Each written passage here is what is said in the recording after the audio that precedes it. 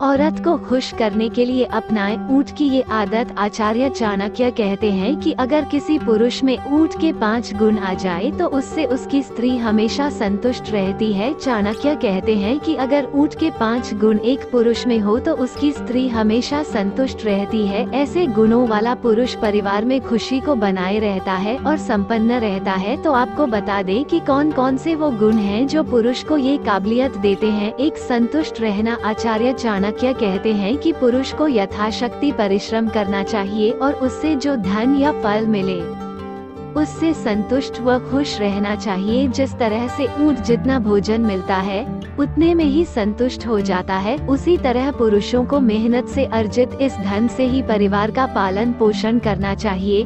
जिन पुरुषों में ये गुण होता है वे सफलता प्राप्त करते हैं।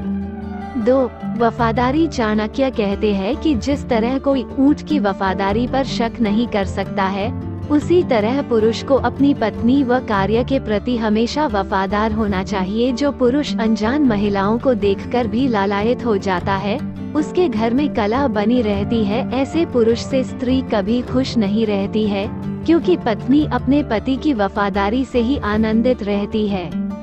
3, संतुष्ट रखना। आचार्य चाणक्य के अनुसार पुरुष का पहला दायित्व है अपनी पत्नी को हर तरह से संतुष्ट रखना। जो पुरुष शारीरिक और मानसिक रूप से अपनी पत्नी को संतुष्ट रखते हैं, उनकी पत्नी हमेशा खुश रहती है। ऐसा करने वाला पुरुष हमेशा अपनी पत्नी का प्रिय बना रहता है। 4, तर्क रहना। आचार्य के अनुसार जिस तरह से ऊंट गहरी नींद में होने के बाद भी सतर्क रहते हैं, वैसे ही पुरुष को भी हमेशा अपने परिवार, स्त्री और कर्तव्यों को लेकर सतर्क होना चाहिए। ऐसे गुण वाले पुरुष से उनकी पत्नी हमेशा खुश रहती है। 5, वीरता।